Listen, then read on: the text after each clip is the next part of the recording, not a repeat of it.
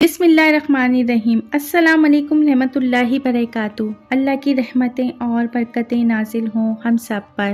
محترم ناظرین، شمر کون تھا؟ یہ تو تقریباً ہر کوئی جانتا ہے اور اکثر لوگ اس نام سے بھی واقف ہیں کہ شمر نے ہی امام حسین کا سر تن سے جدا کیا تھا۔ بہت کم لوگ یہ جانتے ہیں کہ شمر کا عبرتناک انجام کیا ہوا اور کیسے ہوا، اور اس بدبخت کو فاصلہ جہنم کرنے والا کون تھا۔ ناظرین، ویڈیو کو اینڈ تک ضرور دیکھیے۔ چینل پہ نئے ہیں تو چینل کو سبسکرائب کر دیجیے۔ شمر بن ذیلجوشن کی کنیت ابو سابقہ تھی۔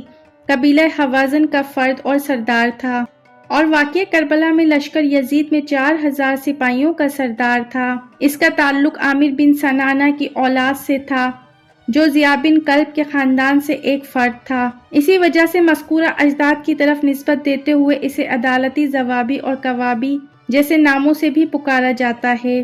شمر کے باپ کا نام شرجیل بن اور بن عمرو کے نام سے مشہور تھا۔ اس کا لقب ذیلجوشن پڑنے کی وجہ سے یہ بیان کی جاتی ہے کہ عرب میں یہی سب سے پہلا شخص تھا جس نے زرہ اپنے تن پر پہنا، اور یہ زرہ اسے بادشاہ ایران نے دی تھی۔ قول یہ بھی ہے کہ اس کا نام جوشن بن ربی تھا۔ ذیلجوشن نے پیغمبر اسلام کی خواہش کے مطابق اسلام لانے کو اہمیت نہیں دی تھی۔ شمر کی ماں کو برائیوں سے یاد کیا جاتا ہے۔ یہاں تک کہا جاتا ہے کہ بھیڑیوں کو ادھر ادھر لاتے لے جاتے چراتے ہوئے اس کی ماں گناہ سے آلودہ ہو گئی تھی، اور شمر اسی غیر مشروع طریقے سے ہی اس دنیا میں آیا ہے۔ فتح مکہ کے بعد جب مسلمان مشرکین پر کامیاب ہو گئے تو اسلام لے آیا۔ کہتے ہیں کہ شمر بن ذیلجوشن ابتدا میں تو امیر المومنین حضرت علی کا طرفدار تھا۔ اس نے جنگ صفین میں آپ کی مدد کی تھی، اور عدیم بن مارا سپاہی کے ساتھ لڑائی میں اس کا چہرہ شدت سے مجروح ہوا تھا، لیکن بعد میں حضرت علی کی طرف سے منہ پھیر لیا، اور حضرت علی اور آپ کے خاندان کا کینہ اپنے دل میں پروان چڑھا کر دشمن بن گیا۔ شمر بجوز بن عدی کو عظیم پیغمبر صلی اللہ علیہ وآلہ وسلم کے صحابی اور امیر المومنین کے خاص انصار تھے۔ ان کی گرفتاری کے وقت یہی شمر ان لوگوں میں سے تھا جس نے زیاد بن ابی سمیہ کے پاس جھوٹی گواہی دی تھی کہ بجوس مرتد ہو گئے۔ جب مسلم بن عقیل نے سن 60 ہجری میں کوفے میں قیام کیا تو یہی ان لوگوں میں سے ایک اہم فرد تھا جسے حاکم کوفہ عبید اللہ بن زیاد کی طرف سے مأمور کیا گیا تھا کہ لوگوں کو جناب مسلم کے اعتراف سے دور کرے۔ اسی نے جناب مسلم کی باتوں کو فتنہ گری کا نام دیا اور کوفیوں کو شام کے سپاہیوں سے ڈرایا۔ جب امام حسین کربلا پہنچے، سعد کا بیٹا عمر جو کوفے کے لشکر کا کمانڈر تھا، جو جنگ و چون سے بچنے کا ارادہ رکھتا تھا، کہ اب شمر کو ایسا لگنے لگا کہ ابن زیاد بھی ابن سعد کے ارادے کے موقف ہے، لہٰذا اس نے حضرت امام حسین کے ساتھ جنگ کرنے کے لیے ابھارا۔ کہتے ہیں کہ جس وقت کوفے کے لشکر کے کمانڈر عمر بن سعد نے حاکم کوفے کو ایک خط لکھا کہ حسین بن علی آمادہ ہو گئے ہیں، یا تو واپس چلے جائیں یا ان کی بیعت کر لیں، تو حاکم کوفہ عبید اللہ زیاد نے مشورہ دیا کہ اسے قبول کر لینا چاہیے، لیکن جس وقت شعر اس خط کے مضمون سے مطلع ہوا تو فوراً اسے منع کر دیا گیا، اور مزید کہا گیا کہ اگر حسین بن علی تمہاری اطاعت نہیں کرتے اور پلٹ جاتے ہیں تو بعد میں اور مزید طاقتور ہو جائیں گے، بس یہی بہتر ہے کہ انہیں چھوڑا نہ جائے، کہ وہ پلٹ کر واپس چلے جائیں اور موقع کی تلاش میں رہے۔ یوں عبید اللہ نے شمر کے مشورے کو قبول کر لیا اور اسے 4000 سپاہیوں کا سردار بنا کر نیز ایک خط اسی کے ہمراہ کر دیا۔ کربلا میں کوفے کی فوج کے کمانڈر عمر بن سعد کی طرف روانہ کیا تاکہ امام حسین سے مطالبہ کرے کہ یا تو بیعت کر کے سر تسلیم خم کر دے یا پھر جنگ کے لیے تیار ہو جائے۔ اسی شمر کی بات کو لکھا گیا کہ عمر بن سعد اگر یہ کام انجام نہیں دے سکتے تو ہمارے لشکر سے کنارہ کشی اختیار کر لے اور لشکر کی کمان شمع بن ذیلجوشن کے سپرد کر دو۔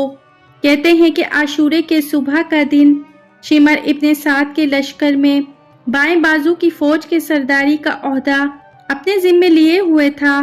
جب عبداللہ بن عمیر کلبی شہادت کو پہنچے تو اسی شمر نے اپنے غلام کو حکم دیا کہ وہ ایک نیزے سے زوجہ عبداللہ کو قتل کر دے۔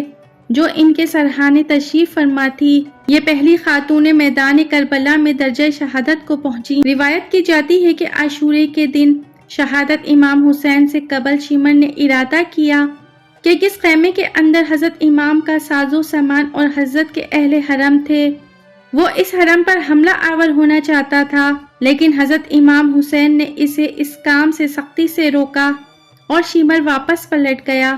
البتہ یہ شیمر ہی تھا جس نے تیر اندازوں کو حکم دیا کہ وہ لوگ حضرت امام حسین علیہ السلام کے بدن مبارک کو نشانہ بنائیں۔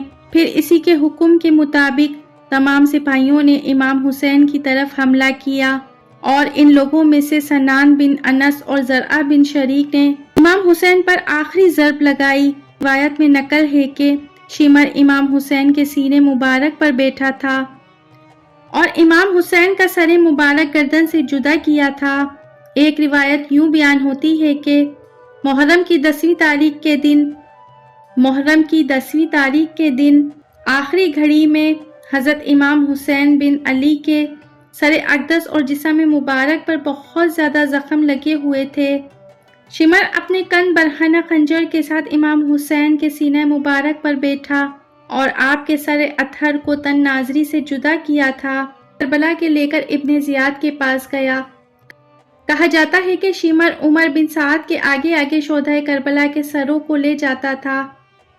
یہ تھا شیمر کا کردار جو اس نے واقعہ کربلا میں ادا کیا تھا۔ روایت میں آتا ہے کہ سن 67 ہجری میں مختار ثقفی نے قیام کے مطابق شیمر نے ان کے خلاف جنگ میں شرکت کی، لیکن مختار نے اسے اور دیگر اموی امرا کو جنگ میں شکست دی اور شیمر کو کوفے میں حامیان بنی امیہ کے علاقے کی طرف بھاگنے پر مجبور ہونا پڑا۔